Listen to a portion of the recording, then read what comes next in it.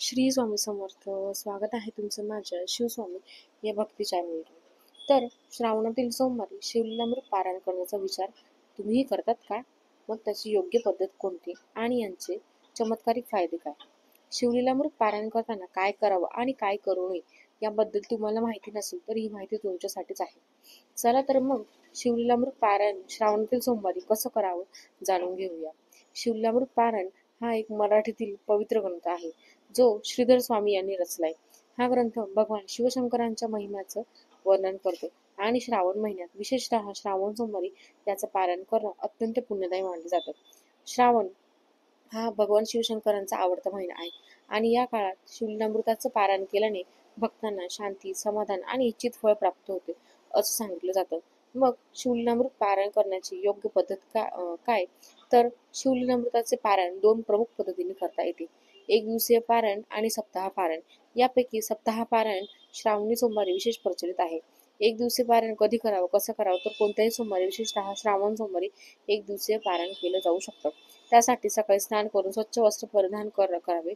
एकांतात पवित्र ठिकाणी म्हणजे घरातील देवघर किंवा मंदिरात बसावं. शिवलिंगाची किंवा शिवप्रतिमेची शास्त्रोक्त पद्धतीने पूजा करावी. पूजेत बेलाची पानं, पांढरी फुलं, दूध, शुद्ध जल आणि दही भाताचं नैवेद्य अर्पण करावा, कारण या गोष्टी भगवान शिवाला प्रिय आहेत. त्यानंतर संकल्प घ्यावा. मी भगवान शिवशंकरांना प्रसन्न करून शांती, समाधान आणि इच्छित कामना प्राप्त करण्यासाठी शिवलीलामृताचं एक दिवसीय पारायण करत आहे. हे कार्य निर्विघ्नपणे पूर्ण होऊ देत असा संकल्प घेऊन ग्रंथातील 15 अध्यायांचं एकाच दिवशी पारायण करावं. 7व्या अध्यायानंतर घटकाभर विश्रांती घेतली जाऊ शकते आणि पुन्हा पारायणाला सुरुवात करावी. पण पारायणादरम्यान काय करू नये तर मद्यपान, मांसाहार आणि तामसी आहार टाळावा. शुद्ध आणि सात्विक आचरण ठेवावं. चित्त शांत ठेवावं आणि श्रद्धेने वाचन करावं. तुम्ही सुद्धा शिवलीलामृत पारायणाचे एक दिवसाचे वाचन करता का? कमेंटमध्ये नक्की करून सांगा. आणि आमच्या चॅनलला सबस्क्राईब केले नसेल तर लगेच करा. आता सप्ताह पारायण कसं करावे, म्हणजे 7 दिवसांचं पारायण कसं करावं आणि कधी करावं, तर श्रावणातील कोणत्याही सोमवारी शिवलीलामृत पारायण सुरू करून सप्ताह 7 दिवस चालवा. त्यासाठी पद्धत कोणती, तर सायंकाळी भगवान शिवशंकरांच्या मंदिरात जाऊन 11 बेलाची पानं शिवलिंगावर अर्पण करावी. शाश्वत दर्शन घेऊन संकल्प घ्यावा की मी भगवान शिवशंकरांना प्रसन्न करून शांती, समाधान, आनंद आणि इच्छित कामना प्राप्त करण्यासाठी श्री शिवलिंगाचं 7 दिवसांचं पारायण करणार आहे. हे कार्य भगवान शिवशंकरांच्या कृपेने पूर्ण होऊ देत. हा संकल्प आपण गुरुजींकडून करून घेऊ शकता. पण संकल्प गुरुजींकडून घेणे शक्य नसेल तर स्वतः सुद्धा शुद्ध मनाने करून घ्यावा. त्यानंतर दररोज स्नान करून शुभ्र वस्त्र परिधान करून पूर्वाभिमुख बसावं. दीप प्रज्वलित करावा आणि शांत चित्तानं वाचन करावं. आपण श्री शिवलीलामृत अध्यायाचे वाचन सुरू करावे. ते पुढील प्रमाणे जसं आपण सोमवारी हा संकल्प घेतला तर सोमवारी अध्याय 1 आणि 2 वाचावे. मंगळवारी अध्याय 3 आणि 4 वाचावे. बुधवारी अध्याय 5-6 वाचावे. गुरुवारी अध्याय 7-8 वाचावे. शुक्रवारी अध्याय 9-10 वाचावे. शनिवारी अध्याय 11-12 वाचावे. रविवारी अध्याय 13-14 आणि 15वा अध्याय वाचणे इच्छित आहे, परंतु वाचल्यास उत्तमच आहे. त्यानंतर रविवारी पारायण पूर्ण झाल्यावर 108 वेळा ओम नमः शिवाय या मंत्राचा जप करावा. शक्य असल्यास गोड पदार्थांचं नैवेद्य अर्पण करावा आणि साप्ताहिक पारायणाला समाप्ती करावी. जर पूर्ण ग्रंथ वाचन शक्य नसेल तर 11व्या अध्यायाचे श्रवण किंवा 15व्या अध्यायातील 42 ओव्यांचे नित्य पठण ही पुण्यदायी मानले जाते. आता शिवलीलामृत पारायणाचे फायदे काय होतात, तर शिवलीलामृताचे पारायण केल्याने अनेक आध्यात्मिक आणि लौकिक फायदे होतात असं सांगितलं जातं. यातील पहिल्या अध्यायाचे वाचनाने सद्गुरूंचे आशीर्वाद प्राप्त होतात. दुसऱ्या अध्याय वाचल्याने शिवभक्तीची अनुभूती मिळते. तिसरा अध्याय वाचल्याने पापांचं क्षालन होतं. जीवनाला जीवनाला सध्यावर जीवनाला एक सार्थ प्राप्त होते. चौथा अध्याय वाचल्याने शिवपूजनाचं फळ होतं आणि संकट टळतात. 10वा अध्याय वाचल्याने उमा महेश्वराच्या कृपेने इच्छित जोडीदाराची प्राप्ती होते. 11वा अध्याय वाचल्याने अपमृत्यू टळतो, शत्रूंचं बळ कमी होतं आणि मानसन्मान वाढतो. 12वा अध्याय वाचल्याने कुटुंबातील मृत आत्म्यांना सद्गती प्राप्त होते असं सांगितलं होतं. एवढंच नाही तर रोग, मृत्यू, कर्ज, दारिद्र्य आणि संकट टळतात. आयुष्य, धन आणि संततीची वृद्धी होते. मनाला शांती आणि समाधान मिळतो, आनंद मिळतो.